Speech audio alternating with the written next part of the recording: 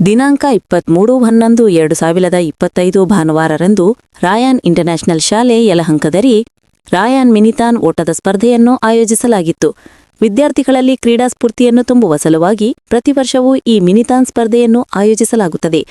ಈವರೆಗೆ 26 ವರ್ಷಗಳಿಂದ ಒಟ್ಟು 219 ಓಟದ ಸ್ಪರ್ಧೆಯನ್ನು ಯಶಸ್ವಿಯಾಗಿ ಆಯೋಜಿಸಲಾಗಿದ್ದು, ಈವರೆಗೆ ಸುಮಾರು 9 ಲಕ್ಷಕ್ಕೂ ಹೆಚ್ಚು ಕ್ರೀಡಾಳುಗಳು ಭಾಗವಹಿಸಿದ್ದು ಹೆಮ್ಮೆಯ ವಿಷಯವಾಗಿದೆ.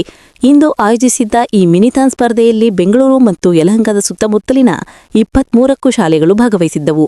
ಜ್ಞಾನಜ್ಯೋತಿ ಪ್ರೌಢಶಾಲೆ, ಅಮೃತ ಇಂಟರ್ನ್ಯಾಷನಲ್ ಸ್ಕೂಲ್, ಸೌಂದರ್ಯ ಶಾಲೆ, ಸ್ವಾಮಿ ವಿವೇಕಾನಂದ ಶಾಲೆ ಮತ್ತು ರಾಯಾನ್ ಸಮೂಹ ಸಂಸ್ಥೆಗಳಾದ ರಾಯಾನ್ ಇಂಟರ್ನ್ಯಾಷನಲ್ ಸ್ಕೂಲ್, ಕುಂದಲಹಳ್ಳಿ, ಬನ್ನೇರಘಟ್ಟ, ರಾಯಾನ್ ತತ್ವ ಮತ್ತು ರಾಯನ್ ಅಕಾಡೆಮಿ ಮುಂತಾದ ಶಾಲೆಗಳಿಂದ ಒಟ್ಟು 2,000ಕ್ಕೂ ಹೆಚ್ಚಿನ ವಿದ್ಯಾರ್ಥಿಗಳು ಭಾಗವಹಿಸಿದ್ದರು.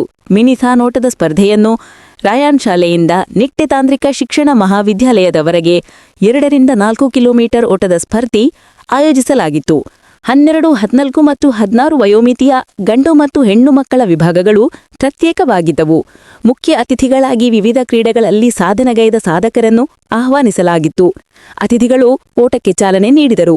ಸೌಂದರ್ಯ ಶಾಲೆಯವರು ಒಟ್ಟು 43 ಅಂಕಗಳನ್ನು ಗಳಿಸುವುದರ ಮೂಲಕ ಪ್ರಥಮ ಸ್ಥಾನ, ಚಾಂಪಿಯನ್ಶಿಪ್ ಗಳಿಸಿಕೊಳ್ಳಲು ನಗದು ಬಹುಮಾನ ಮತ್ತು ಪದಕಗಳನ್ನು ಬಾಚಿಕೊಂಡರು.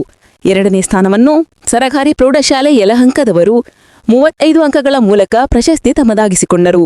3ನೇ ಬಹುಮಾನವನ್ನು ಪರಿಕ್ರಮ ಪ್ರೌಢಶಾಲೆಯ ವಿದ್ಯಾರ್ಥಿಗಳು 33 ಅಂಕಗಳನ್ನು ಗಳಿಸಿದರು. ಅತಿಥಿಗಳು ಬಹುಮಾನ ಪ್ರದಾನ ಮಾಡಿದರು.